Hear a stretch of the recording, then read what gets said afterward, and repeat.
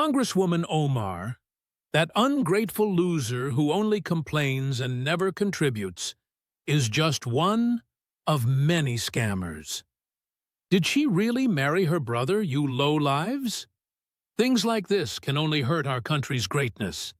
Send them back to where they came from. Somalia, which is probably the worst and most corrupt country on earth. January 14th, 2026. Tuesday morning, 9:30 a.m. Sharp in the Senate Judiciary Committee hearing room, located in the Dirksen Senate Office Building, 3rd floor, room 226. The room is packed. Beyond packed, actually. Standing room only. The fire marshal would probably shut this whole thing down if they saw it. Every seat is filled. Every inch of space is occupied. The press gallery is overflowing with reporters shoulder to shoulder. Photographers are lining the back wall. Camera crews are here from every major network. CNN, Fox News, MSNBC. Even Al Jazeera sent a crew. C-SPAN has 3 cameras running. This is being broadcast live, streaming on YouTube, Facebook, and Twitter. Millions are watching already. Tens of millions will be by the end. This is the kind of hearing that can either make or end careers. Everyone in this room knows it. You can really feel the electricity, the anticipation, and a tension so thick you could cut it with a knife. The official title sounds boring, deliberately boring, even bureaucratic. The kind of title specifically designed to make normal people's eyes just glaze over. Oversight hearing fraud and misuse of federal funds in Minnesota social service programs. Standard congressional jargon, standard procedure. Nothing to see here, folks. But everyone in Washington knows what this really means. This isn't about programs. This isn't about oversight procedures. This is about Ilhan Omar, a progressive icon, a squad member, and the first Somali American in Congress. This is about the $1 billion. That's billion with a B. This is about corruption right there in Minneapolis. Fraud in the Somali community, with children going hungry while criminals got rich. This is about whether a sitting member of Congress not only allowed the largest welfare fraud in American history to happen, but possibly even profited from it herself. And everyone in this room knows that Senator John Kennedy of Louisiana has been waiting for this very moment, preparing for it, building his case, and meticulously organizing his evidence. That thick accordion folder sitting right in front of him didn't just appear overnight. That represents weeks of work, maybe even months. Every single document is color-coded, every piece of evidence is cross-referenced, and every question is carefully crafted. Kennedy never does anything halfway. He never has. 40 years in Louisiana politics taught him that lesson. 16 years as state treasurer taught him how to track money, how to uncover fraud, and how to build an airtight case. The word going around in Republican circles is simple. Kennedy has absolutely everything. Every document, every receipt, every contradiction, every lie. And he's about to unleash it all. Representative Ilhan Omar walks into the hearing room at 9:28, exactly 2 minutes early. Always professional, always punctual. She really knows how to play this game. She's been doing it for years. She has a confident stride, head held high, shoulders back. That's the posture of someone who either has nothing to hide or is just very good at pretending. She's wearing a navy blue hijab today. It's perfectly draped, with a professional pantsuit, dark blue, quite conservative by her usual standards. She's dressed for battle, dressed to look serious, credible, and trustworthy. Squad members in the gallery stand immediately, applauding and making noise. Alexandria Ocasio-Cortez is in the front row. Rashida Tlaib is right beside her.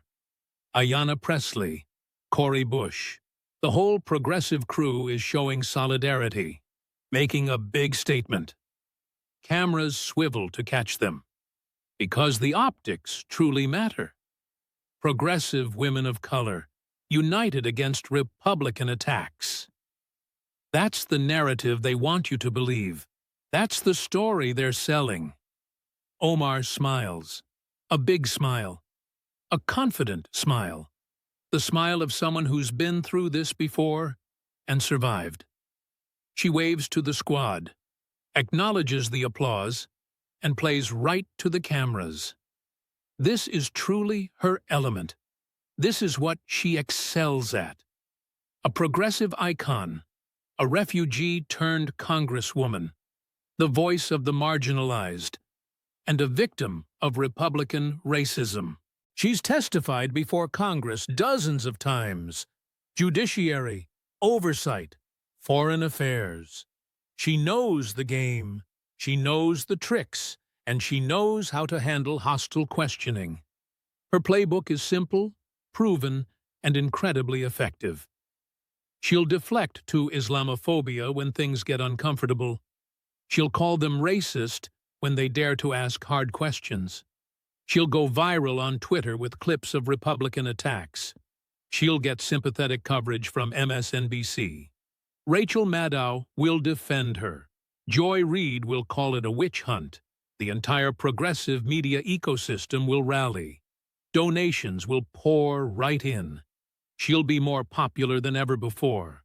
She's done this dance 100 times, survived 100 attacks, and come out stronger every single time. So, why would today be any different? She takes her seat at the witness table, a long, hard, polished wooden table with a microphone perfectly set before her, a green light showing it's live, and a water glass to her right, should she need a refill. Her prepared statement rests in a folder on her left side. It's 3 pages, single-spaced. Every word has been carefully chosen, every phrase meticulously focus-grouped. She plans to read it during her opening remarks, to set the narrative, to frame the debate. Her goal, make this about racism and Islamophobia before Republicans can turn it into a story of fraud and corruption. Her lawyer is seated directly behind her, about 3 feet away. A white man in an expensive suit, a true Washington insider, a partner at a big firm. He specializes in congressional investigations. He's good at what he does. Very good, in fact. He's seen clients through far worse situations than this one. He'll pass her notes if necessary.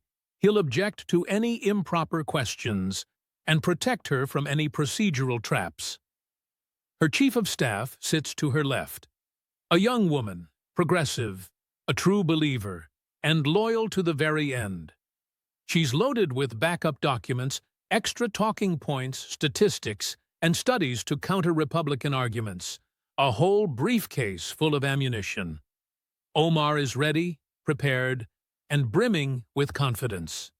She glances over at the Republican side of the dais, scanning faces, assessing any threats.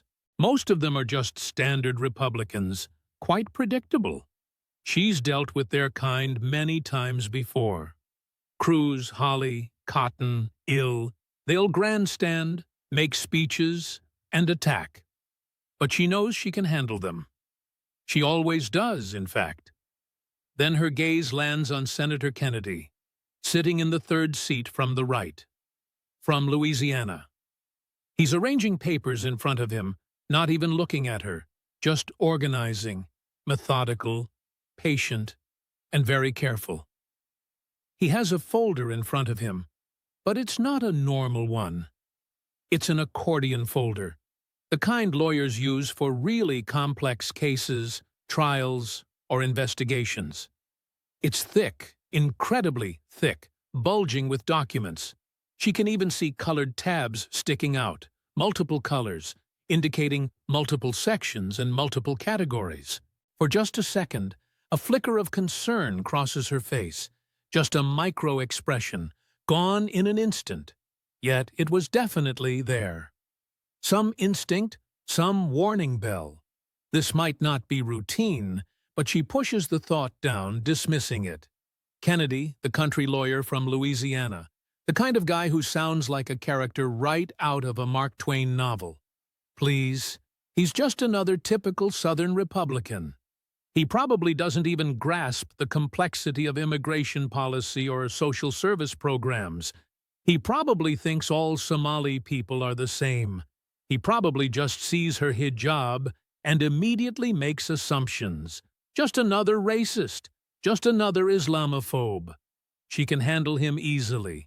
What she doesn't know, what she can't know, is that Kennedy has spent 6 grueling weeks preparing for this very moment.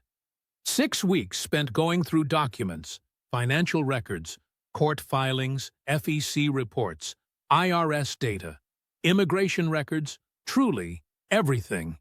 His staff compiled it all, organized it, fact-checked every single detail, and cross-referenced every number. Kennedy himself reviewed every page, made notes, highlighted contradictions, circled lies, prepared his questions, anticipated her answers, and planned his follow-ups. That folder in front of him represents probably 200 hours of work, perhaps even more. This isn't just preparation for grandstanding. This is trial preparation. This is preparation for a prosecution. The preparation of a man who knows he has an airtight case and is about to systematically dismantle his opponent with undeniable facts, logic, and evidence. Omar has no idea what's about to happen. None at all, actually. The committee members start filing in. Republicans on one side, Democrats on the other. Chairman Chuck Grassley sits right in the center, the senior Republican from Iowa. He's been doing this since before Omar was even born. He bangs the gavel. A sharp crack echoes through the marble room. This hearing will now come to order.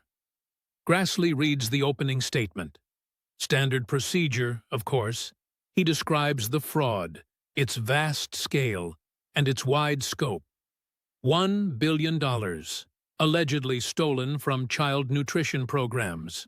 78 people indicted, with most of them from the Somali community in Minneapolis. Federal prosecutors are calling it the largest COVID fraud scheme in the entire nation. He speaks for 5 minutes. Professional, measured, carefully setting the stage. We have invited Representative Omar here today. Grassley continues, as the elected representative of Minnesota's 5th Congressional District, where the majority of this alleged fraud occurred, and as the primary sponsor of legislation that may have inadvertently facilitated these crimes, Such careful language, such typical Senate politeness. Well, that's all about to change. Each member will now have an opportunity to question the witness. Grassley says, "We'll start with Senator Kennedy of Louisiana." "Senator, you have 30 minutes. 30 minutes? That's certainly unusual. Most senators only get 5, maybe 10 minutes. But Kennedy requested 30, and Grassley granted it, because Grassley knows exactly what Kennedy possesses. Everyone on the Republican side already knows. They'd seen the folder. Slowly, Senator John Kennedy rose to his feet. At 73, he moved with the spryness of a man 20 years his junior, standing 6 feet tall and lean, sporting wire-rimmed reading glasses and a brown suit that likely set him back $50 at a Baton Rouge department store. A Louisiana State University class ring adorned his right hand. He gathered his papers, taking his sweet time. No need to rush. Never, ever rush. That's the cardinal rule of cross-examination. He strolled to his spot at the committee dais, adjusting the microphone. It let out a sharp squeal of feedback. Someone quickly fixed it. He offered a smile. That familiar Kennedy smile. Friendly. So warm. The kind of smile from a man who just wanted to chat. A simple country lawyer. simply asking questions. "Congresswoman Omar," Kennedy began, and that Louisiana drawl filled the room like warm molasses, slow, thick, and undeniably Southern. "Thank you for joining us today. I truly appreciate you carving out time from your busy schedule to help us grasp what occurred in your district." "I genuinely do." Omar nodded, cautiously waiting. "Now, before I get started," Kennedy continued, fiddling with his reading glasses, "I want to state something for the record. I hold the utmost respect for your constituents, the Somali-American community in Minneapolis, hard-working folks who came to this country searching for opportunity, freedom, and the American dream. And I believe it's a true tragedy, a genuine tragedy, that some individuals exploited federal programs designed to assist them, stole from them, and ultimately made them all appear bad. That's just wrong. That makes me furious. It should make everyone angry." He paused. 2 seconds passed, then 3. Omar eased up a little. Perhaps this wouldn't be so terrible after all. Maybe he was going to be reasonable. "But ma'am," Kennedy uttered, his voice not shifting in the slightest. Still friendly, still warm, still that familiar drawl. "I need to pose a few questions to you, and I'd truly appreciate direct answers. Yes or no answers whenever feasible, because we have a lot to get through and only 30 minutes on the clock. Does that sound fair?" "Senator, I'm happy to answer," Omar began. "Hold on just a moment." Kennedy raised a single finger. Gently, patiently. "Before you begin speaking, I want to address something because I suspect, based on your prior testimony before Congress, that at some point you'll imply my questions stem from racism, Islamophobia, or bias against immigrants. So, let me make this abundantly clear right here at the outset, so we don't squander time later." He leaned forward ever so slightly, still wearing that smile. "I don't care what your skin color is. I don't care what religion you follow. I don't care where you were born either. What I care about are facts. I care about evidence.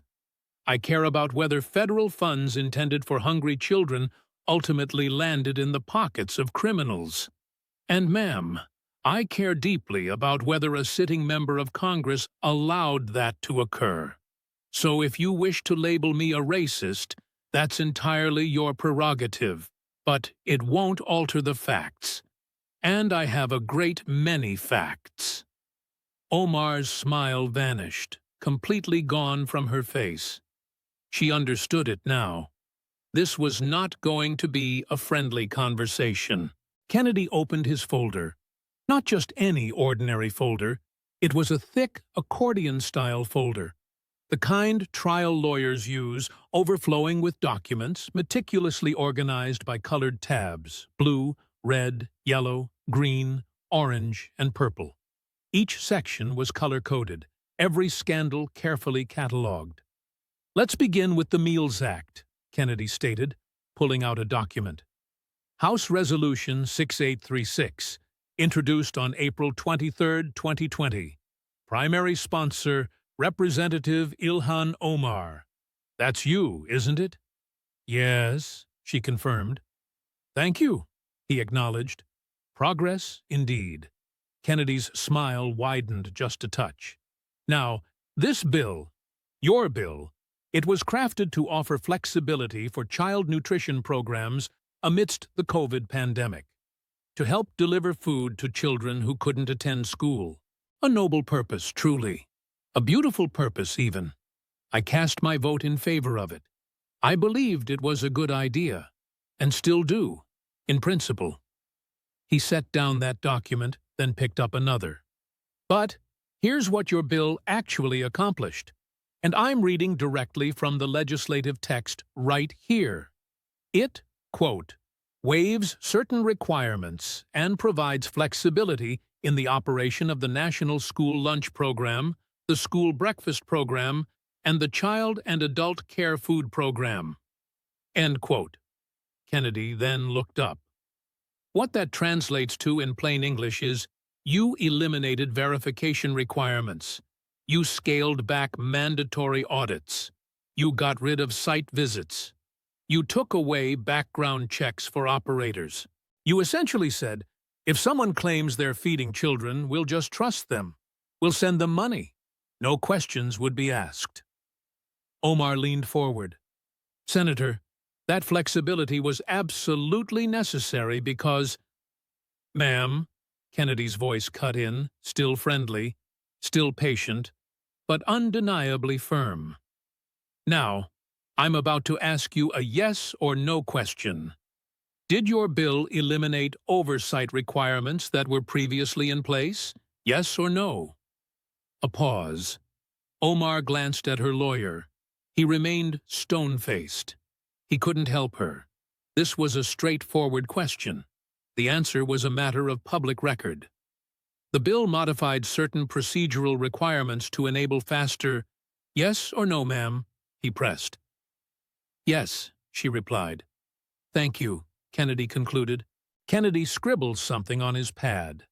Slowly, very deliberate. He lets that answer just hang in the air. "So, you removed the oversight. And then, what happened next?" "Well, let me lay out what happened next." He pulls out another document now. This one looks like a federal indictment, actually, with an official seal right at the top. Feeding Our Future, a nonprofit organization right there in Minneapolis, your district. They applied to sponsor child nutrition programs using all the flexibility your bill had given them.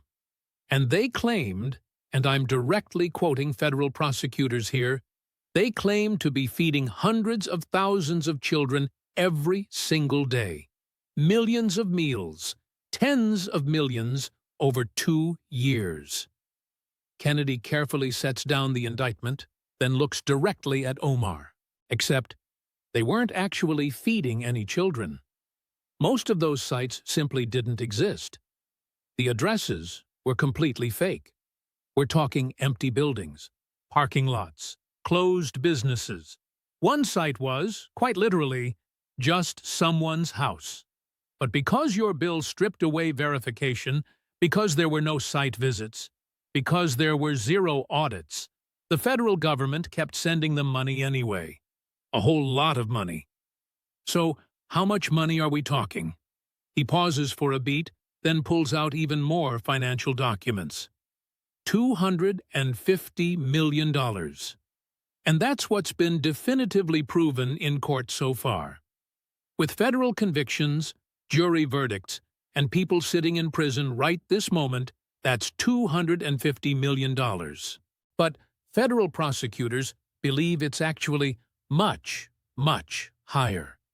They think the total fraud could even hit $1 billion. Someone in the gallery lets out a gasp. You can actually hear it, a clear, distinct, shocked intake of breath. 1 billion, Kennedy repeats. That's 1 billion with a B, stolen from programs specifically designed to feed hungry children, all enabled by a bill that just removed the safeguards that could have easily caught this. Your bill, Congresswoman. Omar tries to jump in and respond. Senator, I simply cannot be held responsible for the criminal actions of individuals who exploited— Were you at Safari Restaurant in July of 2020? Kennedy sharply interrupts. Simple question. Direct question. Omar blinks, clearly thrown off balance by the sudden shift in topic. I attended many community events throughout the pandemic. Safari Restaurant specifically, in Minneapolis, during the summer of 2020. Were you there? Yes or no? I may have been present at various locations that were participating in community feeding programs, but I truly can't recall every specific one. Well, let me help jog your memory. Kennedy pulls out what sounds very much like a photo. The paper's glossy. You can actually hear the different texture as he handles it. I have a photograph here, right from your Instagram account, posted July 19th, 2020. Let me describe it for everyone listening. You're standing right behind a counter at Safari Restaurant, wearing an apron and smiling. Next to you is a man, Abdul Qadir Nur Salah, who is the co-owner. There, you're handing out food to children. Or at least, that's what the photo clearly shows. And the caption, I'm reading your exact words here, says, quote, "So grateful for community partners like Safari Restaurant, who are stepping up to feed our children during this crisis. This is what solidarity looks like." End quote. Just silence. Complete, utter silence. You can hear the air conditioning softly humming. Someone's phone is buzzing on silent, somewhere, and that's it. "Now, Congresswoman," Kennedy continues, his voice still friendly, still that distinct drawl. "So, let me tell you a little bit about that community partner of yours.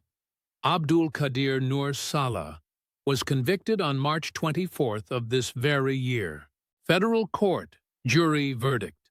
Conspiracy to commit wire fraud, conspiracy to commit federal programs, bribery, money laundering. We're talking $70 million, $70 million just through that one restaurant you were praising." Kennedy lets that just sit for 5 long seconds, maybe 10. Omar's breathing into the microphone now, and it's noticeable. Fast, shallow, audible. "So, my question is actually quite simple. When you were there at Safari Restaurant in July 2020, 6 months into their elaborate fraud scheme, smiling and praising them, even calling them community partners, did you know they were busy stealing $70 million? Yes or no?" Omar's voice is completely different now. It's higher and very defensive. "Senator, I was simply there in my official capacity as a representative, showing support for organizations serving the community, and I had absolutely no knowledge of any alleged criminal activities that were later uncovered through federal investigations that only took place years after. So that's a no from you. You didn't know anything about it. Even though you were literally in that restaurant, standing right next to the criminal, praising his work. You still saw nothing suspicious? Nothing seemed wrong to you at all? Is that truly your testimony today? I can't truly be expected to conduct criminal background investigations on every ma'am. Ma'am, I'm not asking if you investigated him. I'm asking if you knew, and you're saying no. Okay, so let's just accept that.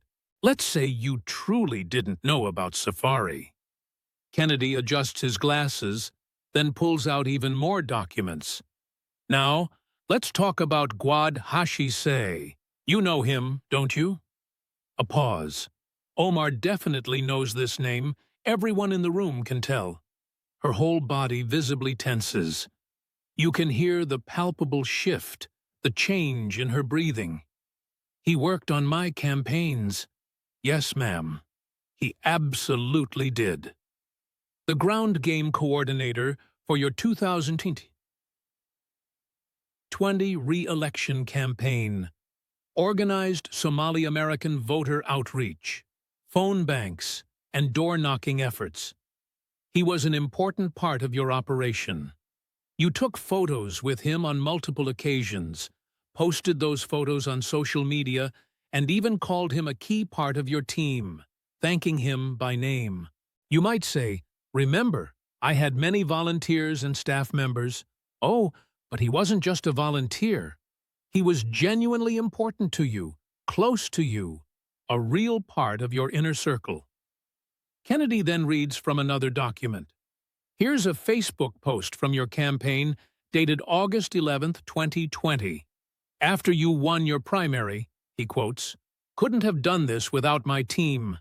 Thank you, Gwad, for everything," he finishes. That's you publicly thanking him. Kennedy then sets down the document. "Now, Let me tell you what Guad was doing while actively working on your campaign, organizing your voters, and helping you win. He was also running a massive fraud scheme called Advanced Youth Athletic Development. He claimed to be feeding 5,000 children a day. Yes, 5,000 every single day at various locations across Minneapolis. He filed claims with Feeding Our Future and got federal reimbursements. How much? A staggering $3.2 million. That's $3.2 million.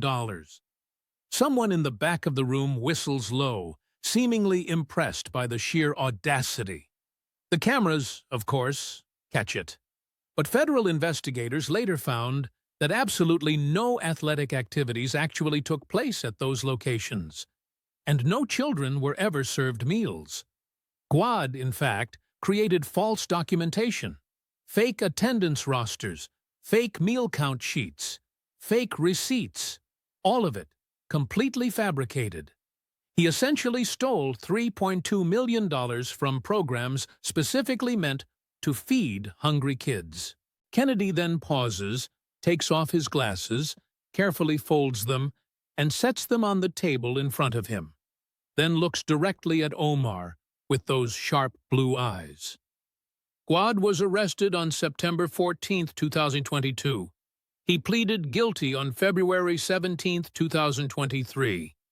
He admitted everything in open court. Now, he's currently serving 6 years in federal prison. And ma'am, Kennedy asks, here's my question. Did you know your campaign official, the man coordinating your entire ground game, the man in your victory photos, the very man you thanked publicly by name, did you know he was stealing $3.2 million from children? Yes or no? Omar opens her mouth, closes it, then opens it again. When the allegations first came to light, my campaign immediately returned all donations associated with individuals who were subsequently charged, and we fully cooperated with federal investigators. And I want to be clear that I have always maintained the highest ethical standards. How much did you return? I'm sorry. You said you returned donations, but how much? Kennedy's voice is still patient, still friendly, but now absolutely relentless. A man who smells blood. Omar looks down at her notes and flips through papers. Her lawyer leans forward and whispers something. She nods. $7,400. Kennedy picks up a calculator, an old-fashioned one, the kind that actually prints on paper. You can almost hear the keys clicking. $7,400 out of the $3.2 million that he stole. Let me do the math here. Click, click, click. That's 23%. You returned less than 1/4%. You kept his support, his work, and his donations for 99.77% of the time he was actively committing fraud. He sets down the calculator. And when did you return that money? Was it after he was arrested? After it was all over the newspapers? After you simply had no other choice? After we became aware of the charges? Yes, so not when he was actually stealing, not when children were going hungry. No, it was after he got caught, after it became embarrassing. That's when you finally gave the money back. Kennedy shakes his head slowly, disappointed, like a father whose child had just lied to him. Congresswoman, let me paint a picture for America. You wrote a bill that effectively removed oversight. $1 billion then gets stolen. You attended events at restaurants actively committing fraud, even praising them. Your own campaign officials stole millions. You kept his money right up until he got arrested. And when I ask if you knew about any of this, you just say no. You noticed nothing, saw nothing, knew nothing. He leans back in his chair. The leather creaks. Ma'am, you're either the unluckiest politician in American history, surrounded by criminals purely by sheer coincidence, or you're lying? Which is it? Senator, I object to the characterization. It's not a characterization, ma'am. It's a question. Unlucky or lying? Pick one. Omar looks at the chairman. Mr. Chairman, I don't believe I need to respond to... Grassley's voice is neutral, professional. The witness will answer the senator's questions. Omar's jaw clenches. You can almost hear her grinding her teeth. The microphone clearly picks it up. I am not lying, Senator. So unlucky, then. Surrounded by criminals, never saw it coming, never noticed anything wrong, even when you were standing right in their restaurant, even when they were working on your campaign. Just truly bad luck. Kennedy nods slowly. Okay, let's move on. Let's talk about your money, your personal finances. He then opens a new section of the folder. It's marked with a red tab. Are you a millionaire, Congresswoman? It's a simple yes or no question. There's a long pause, almost too long. If the answer were no, she would have said it instantly. That pause tells everyone everything they need to know. My financial disclosures are public record. Yes, ma'am, they are. And I've read them very carefully. So, let me ask again. Are you a millionaire? The disclosures show assets that include my husband's business interests, which are valued... Yes or no, ma'am? Another pause. 5 whole seconds. Omar realizes she's truly trapped. Either answer she gives is bad. According to those disclosure forms, her assets exceed $1 million. Yes? Thank you. Kennedy then pulls out 2 documents. You can tell they're different paper, different weights. You can literally hear the difference. Now, here's where it gets interesting.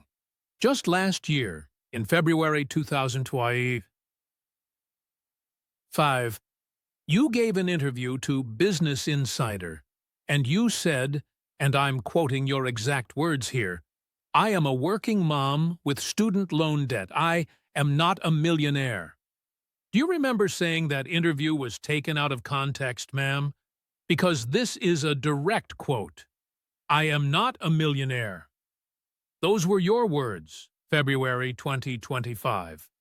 But now you're telling us you are a millionaire. So which one is it? Were you lying to Business Insider, or are you lying to us right now? No answer.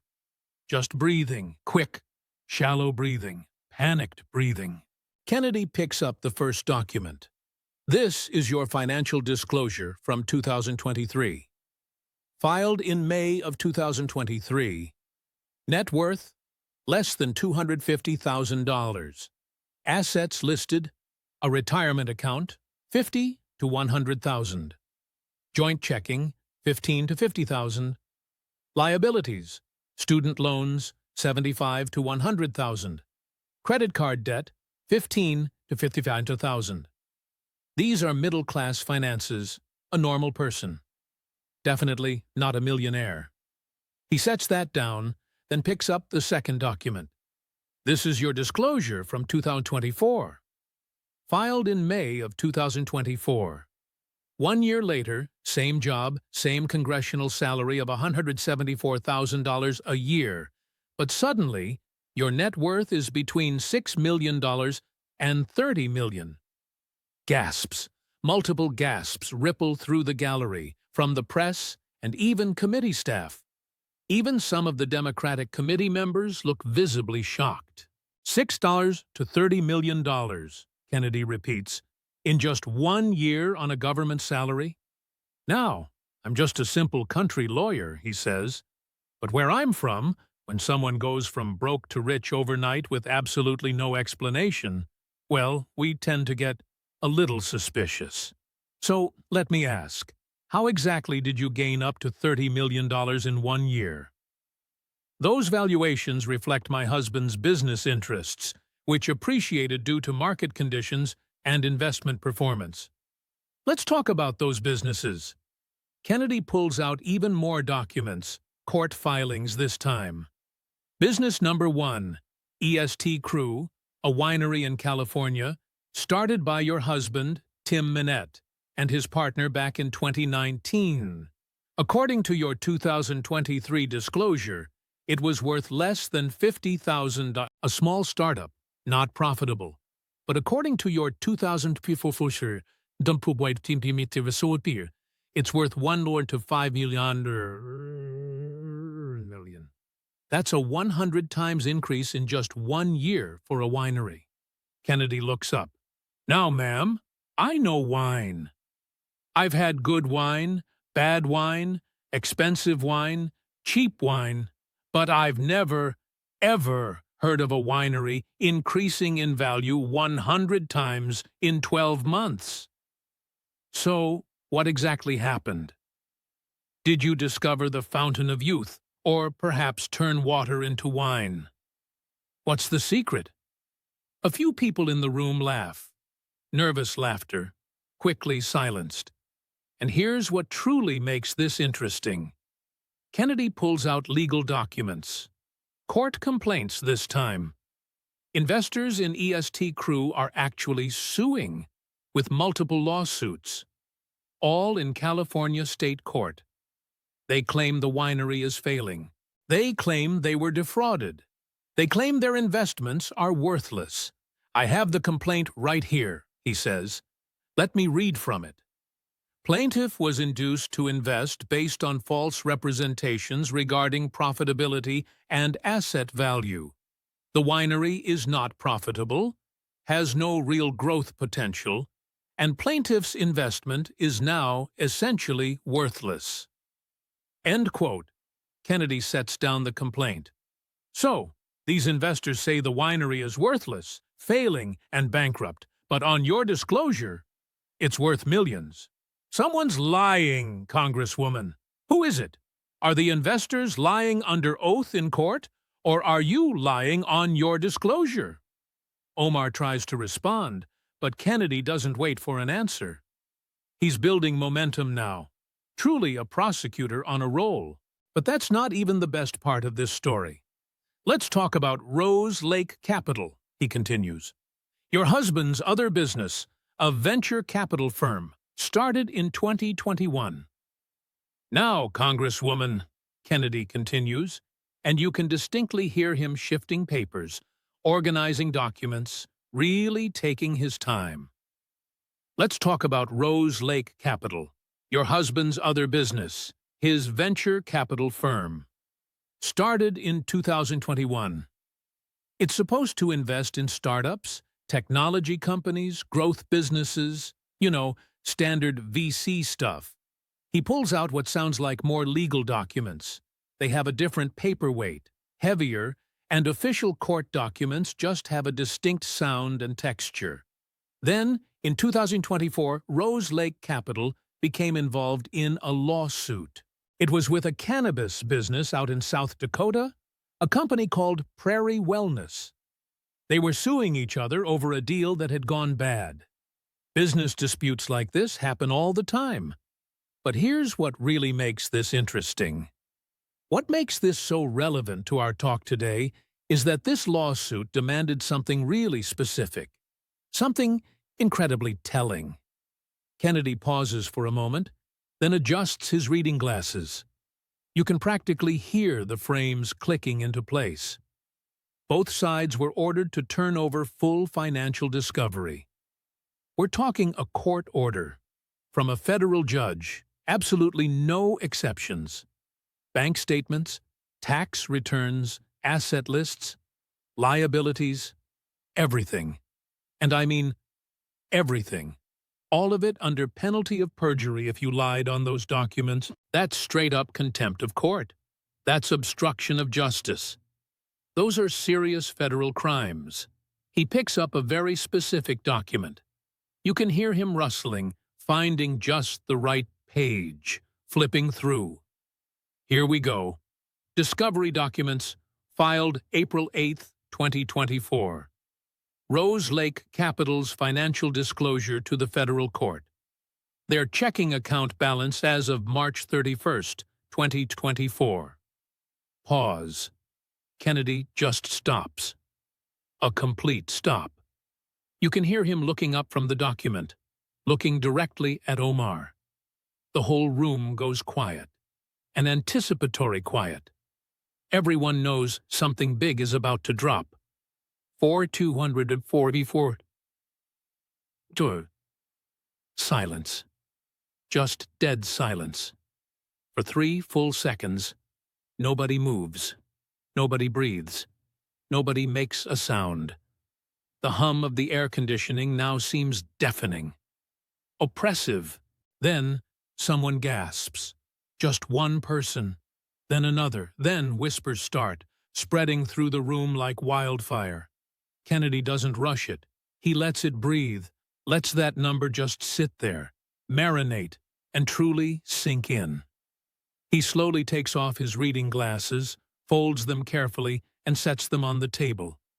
That small click echoes in the now hushed room. "Let me repeat that," he says. And his Louisiana draw is slower now, more deliberate, making sure every single word truly lands. Not $42,000, not 4,200s, 402 and 4. That's their bank balance. That's what Rose Lake Capital actually had in its checking account. Just $42. Less than a nice dinner. Less than filling up your gas tank. Less than most people spend on groceries for a week. He picks up his glasses again, puts them back on, then picks up a different document. Something completely different. You can tell just by the sound. A lighter. Government form. But this, right here, is very, very interesting. This is your Congressional Financial Disclosure Form filed in May of 2024. It covers the calendar year 2023 and early 2024, the exact same time period as those court documents. The same company, Rose Lake Capital. He reads slowly, emphasizing each word. Estimated value of Representative Omar's interest in Rose Lake Capital. 5 million to 25 million gasps erupt. Louder this time. Multiple gasps from the gallery, from the press, and even from committee staff members who should be neutral, but just can't help reacting. Audible shock ripples through the room. Someone in the back blurts out, "What?" out loud, not even trying to whisper. Kennedy looks up from the disclosure form, looking directly at Omar. His expression isn't angry, not hostile, just disappointed. The look of a man who's seen corruption for 40 years, and it still, somehow, manages to disappoint him. $5 million to $25 million, he repeats. Let's just use the midpoint, 15 million. So we have court documents filed under oath, subject to perjury charges, showing just $42. And then we have your congressional disclosure, also filed under oath, also subject to perjury charges, showing 15 million. Same company, same time period, same month, actually. March and April of 2024. He pauses, takes off his glasses again and rubs his eyes. Tired eyes. Eyes that have reviewed too many financial documents, too many fraud cases, far too many lies. He puts the glasses back on. Slow, methodical. Congresswoman, I was Louisiana State Treasurer for 16 years, elected 5 times. I managed the state's finances through good times and bad times, hurricanes, oil crashes, budget crises. I oversaw billions with a B in state funds, pension funds, investment accounts, and operating budgets. I know numbers. I understand accounting. I've seen creative bookkeeping. I've seen aggressive valuations. I've seen optimistic projections. I've seen every trick in the book. Kennedy leans forward, elbows on the table, looking directly at her. And ma'am, I'm telling you as someone who has spent his entire professional life working with numbers, finances, and accounting, there is no legitimate accounting method, no valuation technique, no creative interpretation, no optimistic projection, no possible explanation under generally accepted accounting principles or any other standard that turns $42 into $15 million. It doesn't exist. It can't exist. It won't exist. He sits back. That's not creative accounting. That's not aggressive valuation. That's not just an optimistic guess. That's outright fraud. It's clear, undeniable, and easily provable fraud that could lead to prosecution. The room is completely silent now. You can hear absolutely everything. Omar is breathing quickly. Too quickly. It's panicked breathing, audible through the microphone. Someone's phone vibrates, a muffled but distinct sound. A camera shutter clicks, and that's all. Kennedy picks up both documents, holding them up, a court filing in his left hand, a congressional disclosure in his right. So, one of these documents has to be false. One of them is a lie. One of them contains information that was submitted fraudulently.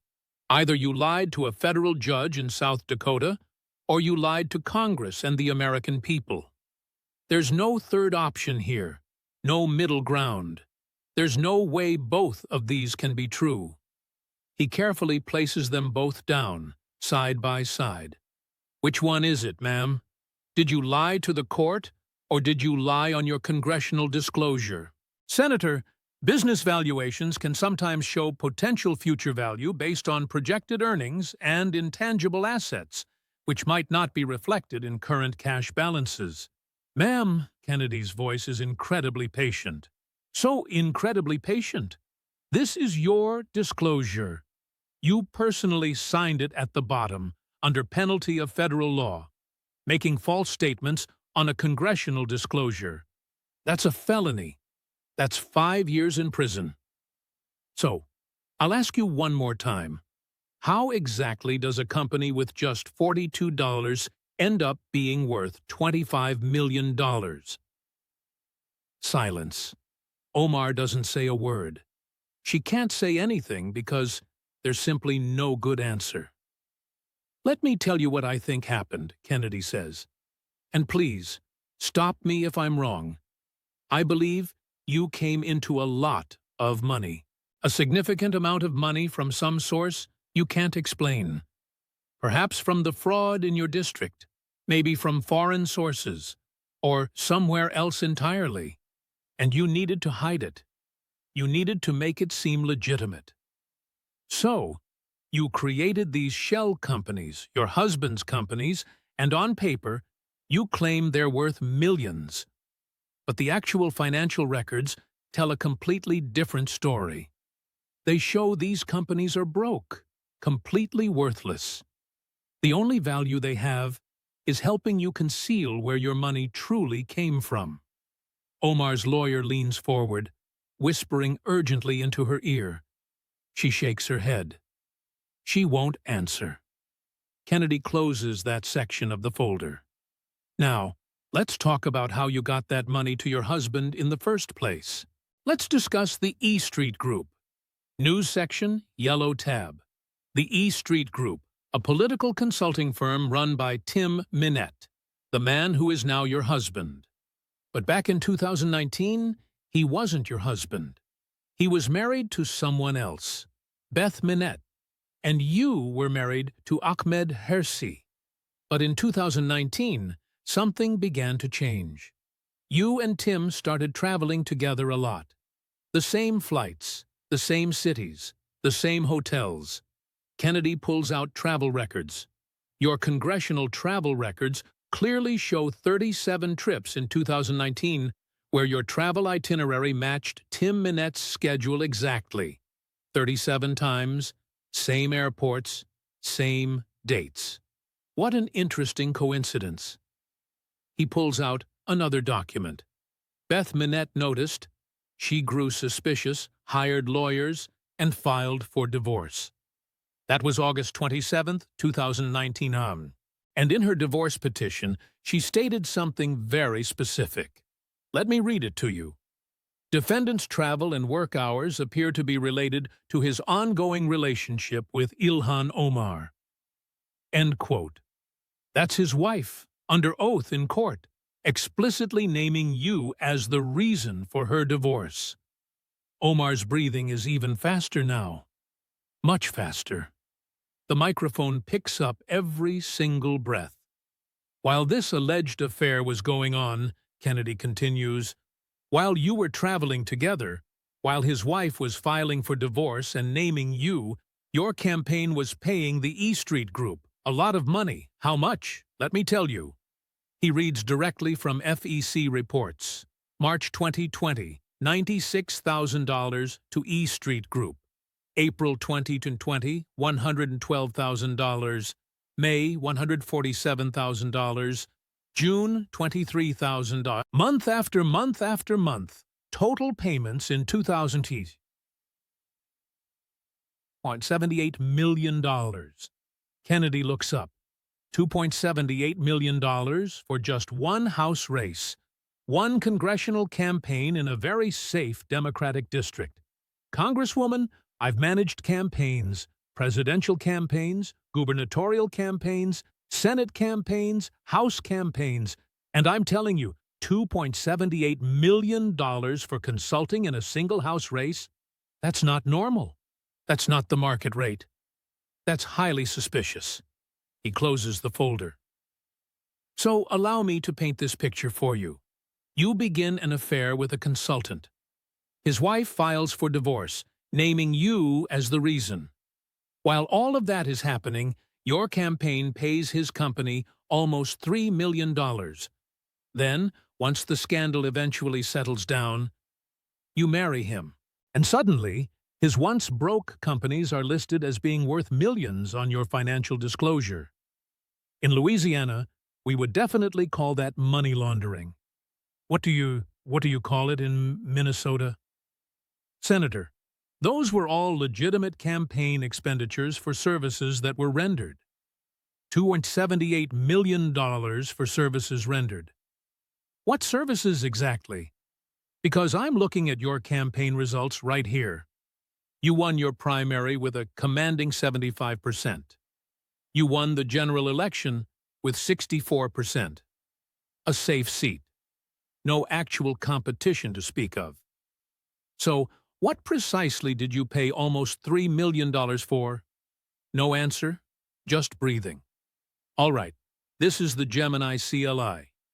We're setting up the context for our chat right now. Today is Thursday, February 12th, 2026, formatted for your locale.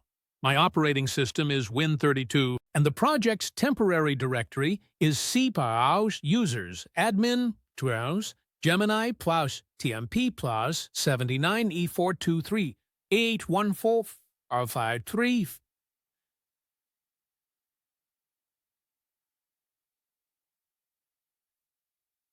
Tor E97897 8484356 TEs 7Es AE Buia 59. I'm currently working in the dBrowse Tools YouTube directory. Here's the folder structure for the current working directories. It's showing up to 200 items, including both files and folders. Folders or files marked with either contain more items that aren't displayed, were ignored, or simply hit the 200-item display limit. Just a reminder, please do not return an empty response when a tool call is needed.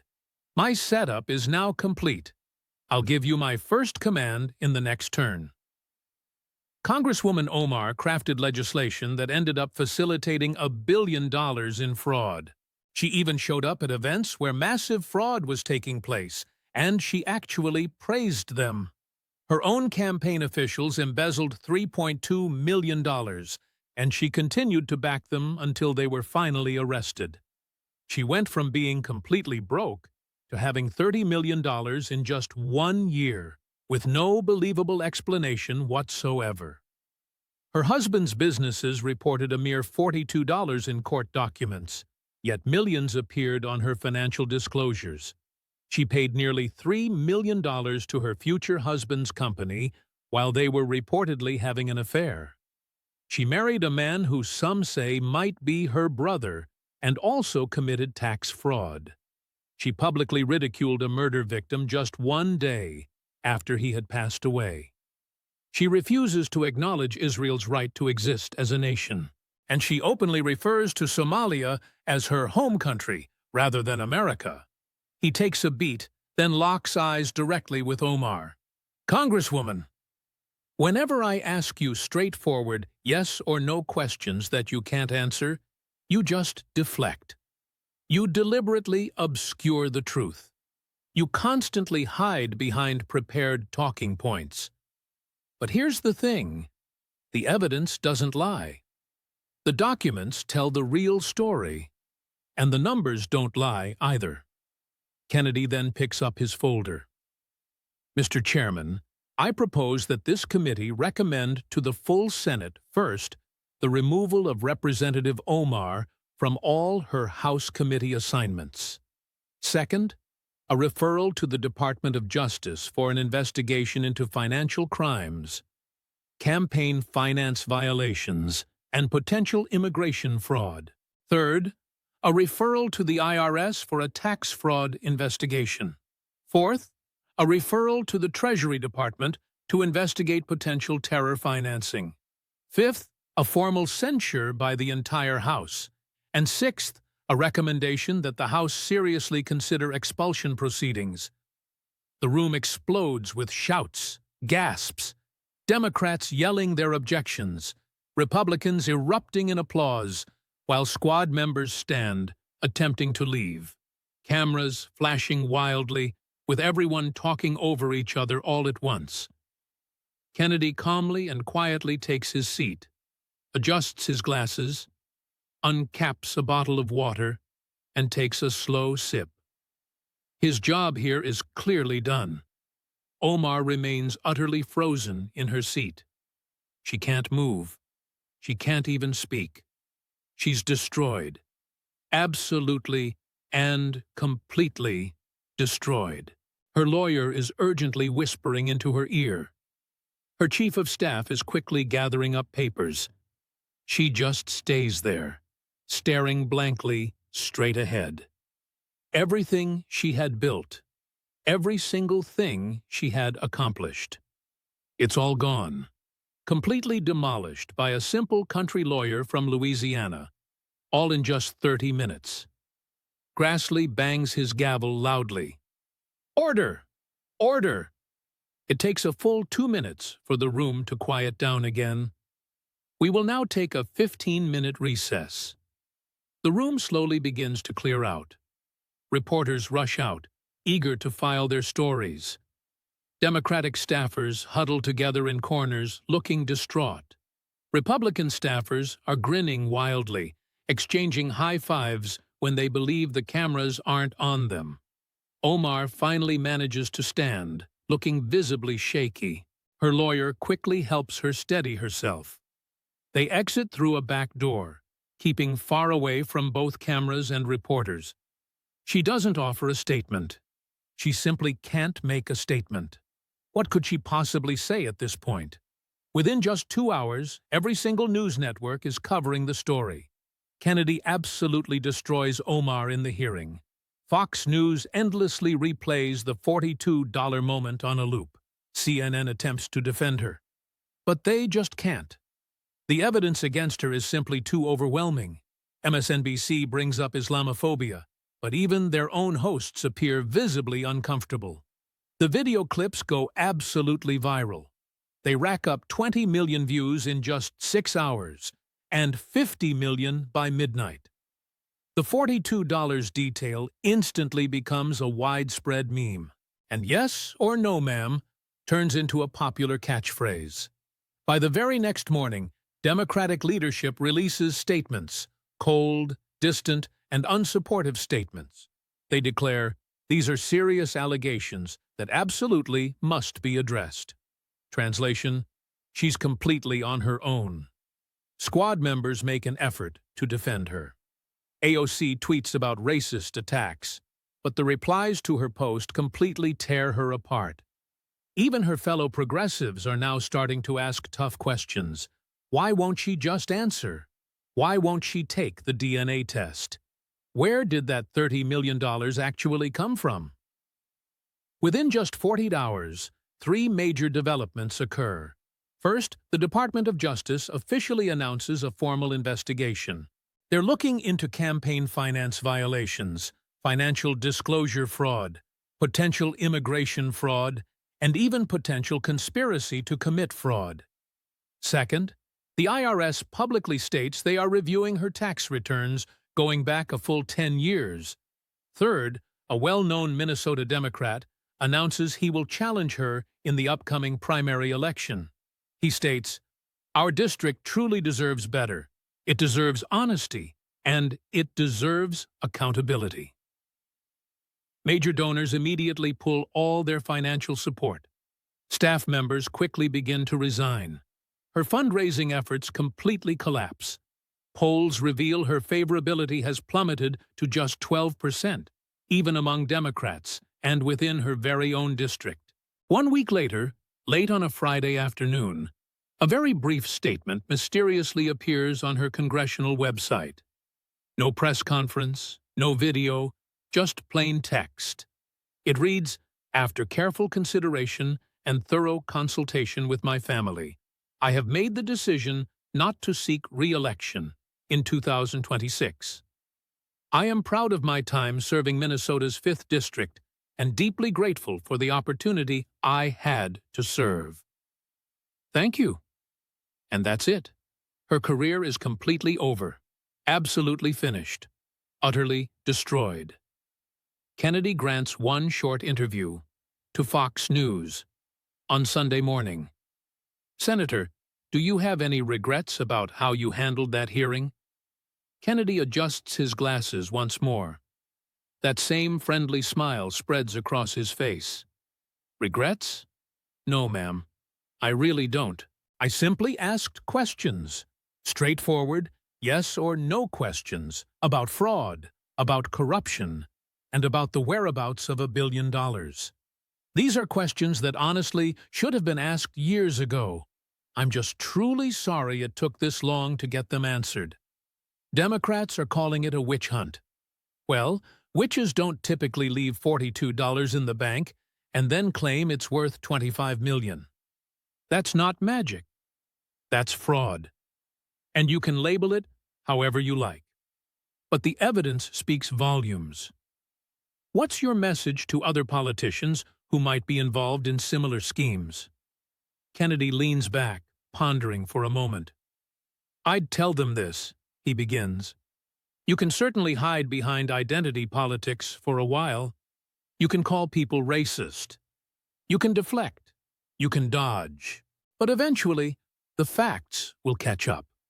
Math doesn't care about your feelings. Evidence doesn't care about your race or religion. And when a straightforward country lawyer asks you simple questions, you'd better have solid answers." He smiles. Congresswoman Omar didn't have good answers. In fact, she had no answers at all. And America clearly saw that. Any advice for Republicans investigating fraud? Document absolutely everything. Present verifiable facts, not mere opinions. Ask direct, simple questions. Insist on yes or no answers. Don't allow them to hide behind a word salad. And most importantly, don't be afraid. Don't let yourself be intimidated by accusations of racism or bias. If you possess the evidence, then present it. The truth will protect you. Senator Kennedy, thank you for your time. My pleasure. The interview quickly garners 15 million views. Kennedy's office is swamped with calls, donations, and speaking requests. Conservative groups want him to testify everywhere, to investigate everyone. They want more Omars, more squad members, More corruption exposed. But Kennedy politely declines, returning to Louisiana, to his office, and back to his work. He had accomplished what needed to be done, exposed what needed to be exposed. Justice, it seems, is finally being served. Federal prosecutors are actively building cases. Investigations remain ongoing. And in Minneapolis, teachers like Sarah Chen finally hold on to hope. Hope that the $1 billion might actually be recovered. Hope that the criminals might truly face consequences. Hope that someone in Washington at last stood up for children who were being robbed by the very people who claimed to be helping them. 3 months later, the first criminal charges are filed against Omar. A federal indictment includes campaign finance fraud and financial disclosure fraud.